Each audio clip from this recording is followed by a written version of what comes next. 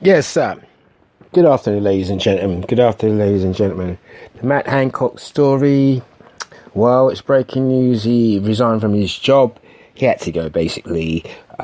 What he did is a disgrace to his wife, the Tory party, and what he stood for. He's talking about social distancing. He didn't do it. What is wrong with this gentleman? What is wrong? I won't call him a gentleman, but what is wrong? You do not do that to your wife. 15 years you've been married. For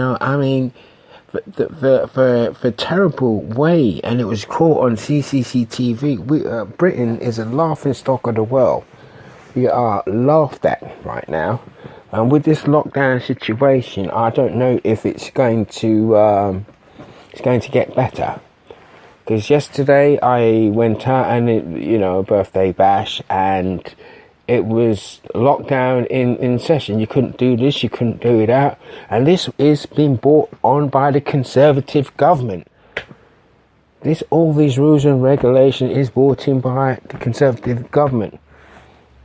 I stuck to the guidelines, and it is terrible. It is really, really, really terrible. I don't know if this lockdown, when it's going to be over. But to wear a mask, I mean, we have to now. But I think this will continue. But Matt Hancock had to go, and there's more questions than answers. What is the value of making statements? What is the value of preaching? What is the value of implementing? Why do these government officials, they're above the law and they do things what they want to do? And looking at Matt Hancock's case, it's terrible. If you look at it both sides, and she's cheated on her husband. The morality clause is bang out of order. And again, we're the laughing stock of the world.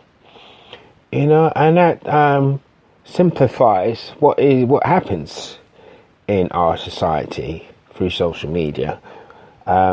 We should conduct ourselves in a professional manner, conduct ourselves in a responsible way, but to do that in public, on CCTV, come on now, it's all over the paper.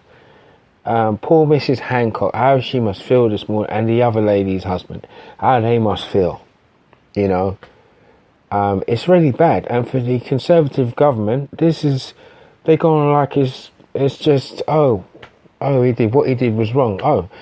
And I'm not being funny, Mr. Johnson, oh my goodness me, we don't want to start with him. I don't think this PM is the right man for the job. We need to get somebody in who's someone who knows what they're doing, because this Mr. Johnson, I don't know. More questions than answers.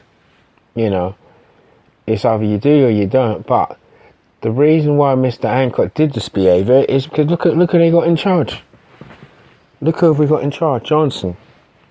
So the Tories party right now, if they don't buck their ideas up, we're going to have a new government. Because I don't think the people are going to put up with this anymore. With this lockdown thing, it will continue, I think. It's not good, because you don't know which country is where you can go, where you can't go. You don't know where you're going to book your holidays. So, ladies and gentlemen, like what I said, it's not good. It's catch-22. I'm sure everybody wants to go overseas for an holiday, but right now you can't. Again, government guidelines set up. And it doesn't help when the health secretary resigns for cheating. I'm breaking social guidelines. At the end of the day, let's play devil's advocate now. It's wrong. Yesterday we was told you can't sit, too close together. You couldn't go into a pub. There's too many people in the pub. Or if you sit too close together, you we have to leave. See, this is the direct implementation by the Conservative government. This is the direct statement by the Health Secretary. You know, so that these pubs are only following guidelines, but these were brought in by the Conservative government. So we have to abide by these. But like what I say, going back over the story again, the top of the story, when you have a Health Secretary who cheats on his wife and break guidelines, so what are we supposed to do? People are not going to be happy about this.